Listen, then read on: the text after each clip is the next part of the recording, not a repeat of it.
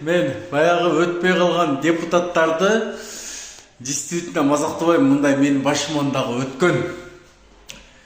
Бирок баягы калыстыгымды айта кетейин, особенно кимге? Оразайым Нарматовага бул өтө эле баягы уят нерсе да, уят.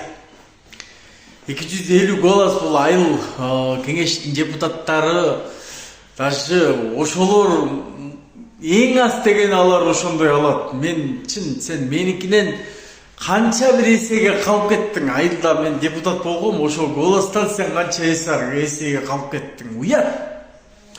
Эми саясатты кичине чытагыла, Айгүл Айдарова экөөңө кайрылат элем. Саясаттан кичине мындай алыстап, дегенде алыстамак жазып атпы эле. Аласыз калбадымбы?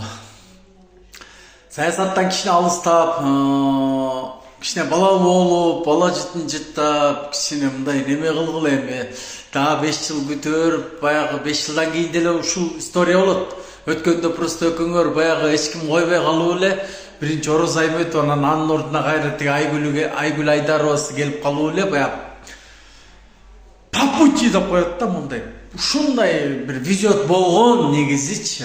Ошол шансты аябай жакшы колдондуңар. Просто эң негизгиси Оразайым баягы элди алдап туруп алды да. Чырактайман, анан мырактайман, анан садыр үчүн, анан мынтип, анан камалып деп, эч кандай садыр үчүн камалган эмес биринчиден. Биз 17-жылы буякта камалып неметип атканда, жанагы көрсөтүп аткан видеосу бул Жалал-Абад. Биз Бишкекте Садыр Жапаров келип, бул жерде камалып, аябай ызычуу болуп, ККМнын алдына өтүп турганда, Оразайымдын могу видеосун карагыла ишенбесеңер, бул Бишкек эмес. Бул Жалал-Абадта качып жүрүп, бул только качып жүрүп эле Оразайым ушинтип неметкен, анан бир сотторуна келип эле баягы пиар кылып койгон болсо эле болбосо, так колдогон деле эмес, өзүңүздөр билесиңер.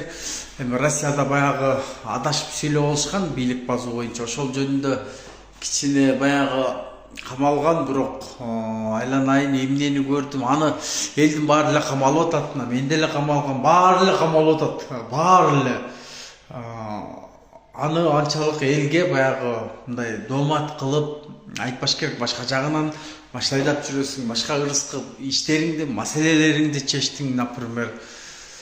Ошол эле жетиштүү болмок.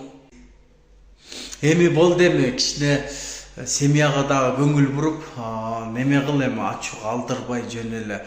И так баягы 1 сом акчаң кеткен жок сенин, тигилер берген акчалар кетип атты дегендей.